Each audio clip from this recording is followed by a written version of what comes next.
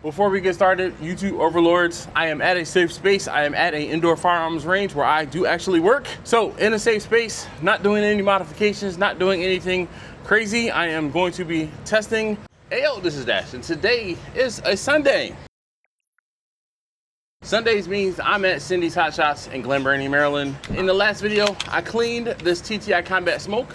So it is free and clear right now, but I'm on the range.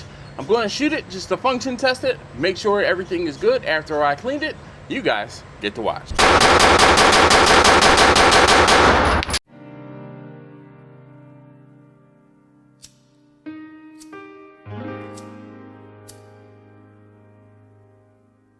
I'm not doing anything crazy today.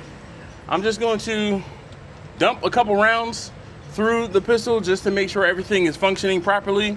I have the original factory mag here. We have a few rounds. I'm just gonna let them off. You guys, like I said, get to watch.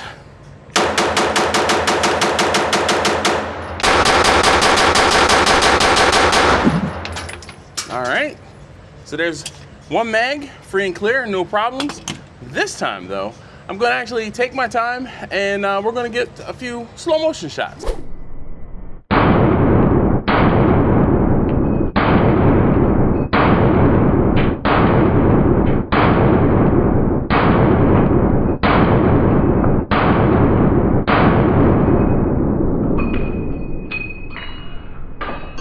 So as you saw, I had no functioning issues or issues with the pistol functioning.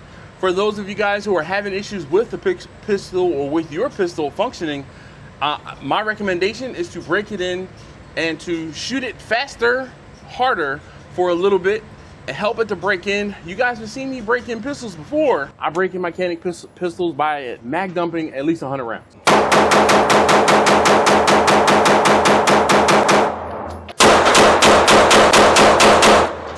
This one is no different. This one wasn't mine, but if I got it out of the box, I would have broken it in accordingly. Anyway, thank you guys so very much as always for watching.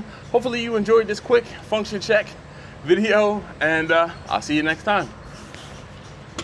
Thanks again as always for joining me on another off the grill video. If you have a specific Canik question or would like to see something more in depth about any of the Caniks I own, please feel free to leave a comment down below. If I can get to it and answer the question, I sure will. Thanks again. I'll see you next time.